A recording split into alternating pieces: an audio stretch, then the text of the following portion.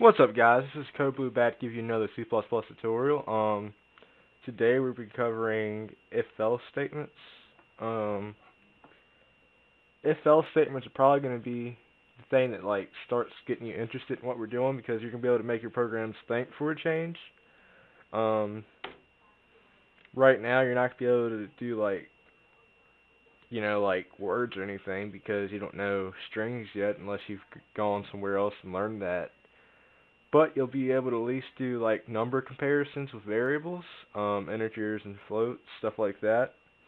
And you can sit here and you can make a number guessing game. You can do a lot with this. To do a number guessing game, we'll go ahead and give you a hint. Look up. I'd actually have to look at the documentation because I'm not exactly sure, but it's a random function in the math class, I believe. I haven't dealt with random numbers in C++ for a while, so.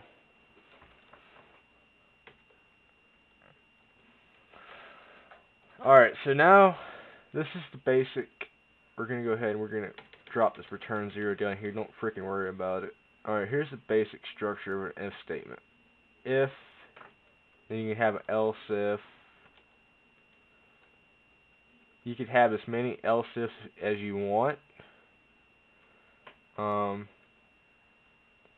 Then finally you can have an else. You can pretend that we have multiple else ifs. Okay, so if this is true, this true, we're going to do this. Another thing I haven't pointed out yet is how to do comments. You can do, hold on, 2 front slashes, or you can do a block comment like this and have it over multiple lines. I've seen a lot of people that just stick to the double slash because of the fact, I don't know, they find it easier to read or something. Alright, then else if. Alright, that not true, but this is true. And obviously this is not going to compile it. I'm just showing you what the hell it does. We're gonna do this. Then else, there's gonna be no parentheses here, so I'm just gonna comment it in.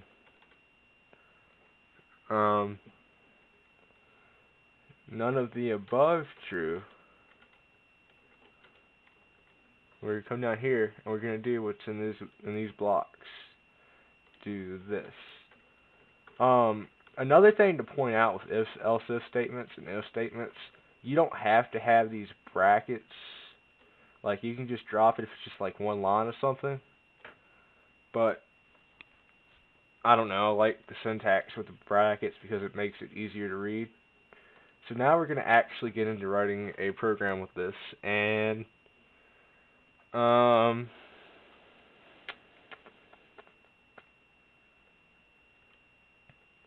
we're going to, what are we going to do? We're going to do an age evaluator. Okay, so we're going to try to have fun with this for a change. We're going to be welcome to the age evaluator. I don't know if I spelled that right.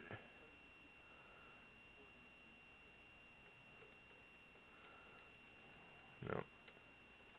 I don't know if it's still right. If it's not, don't hate on me. I don't like English that much. I mean, I speak it. It's my main language, but if it was my choice, it wouldn't be.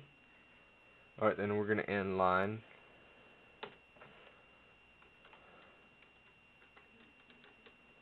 Now we're going to be enter your age to continue.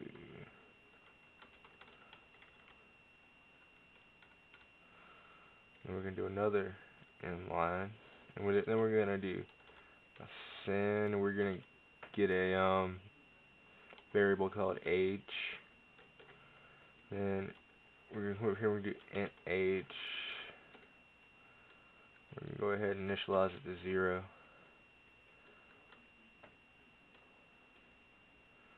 And now we are going to drop down here, and we're going to start our evaluation. We're not going to go that deep. We're going to do an if, an else if, and an else, and that's all we're going to do. But it's just for you to get the idea of an if statement.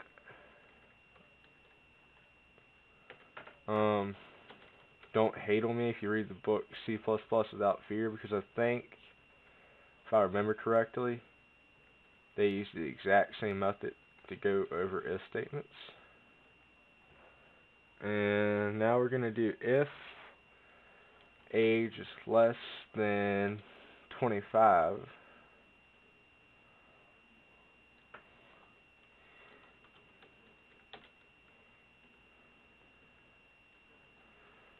You are young. There we go.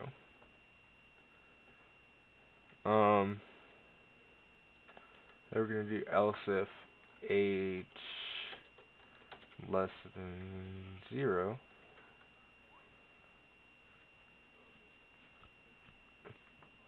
Alright, and we're also going to come over here and we're going to do 2 ampersands, I believe is the name of it. And what this will do is it'll check both. We're going to do age greater than 0. You can also, this is and for and, which it'll check both cases, and both cases have to evaluate to true for the if statement to be true. But you could also do this, and that means or, so if either one is true, it would continue and do what you want it to execute. Alright guys, so we get down here, if age less than 0, we're going to be like, that's impossible.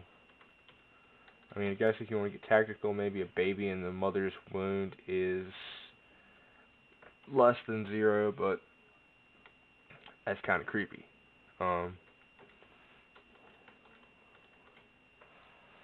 Also, come up here, I noticed that I left off a semicolon, so yeah. Else, we're going to do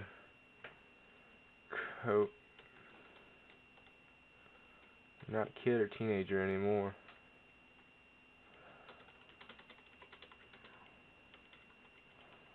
Now, I could have done more with this, but I just wanted to get the idea of the if-else statement in for you guys. Now we're coming out here, we're going to do send.get. Just depending on what compiler you have, it may just open and close. Drop the send.ignore up here. And we got to come up here, build and run, because of the fact when I hit F9 it pauses everything. Oh, I missed a semicolon up there. Now we're up here and build and run, and it should execute.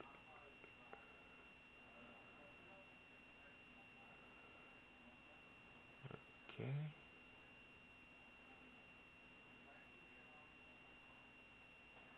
I don't know why it took so long to get there, but we're there finally. 25, so you're not a kid or teenager anymore. Alright.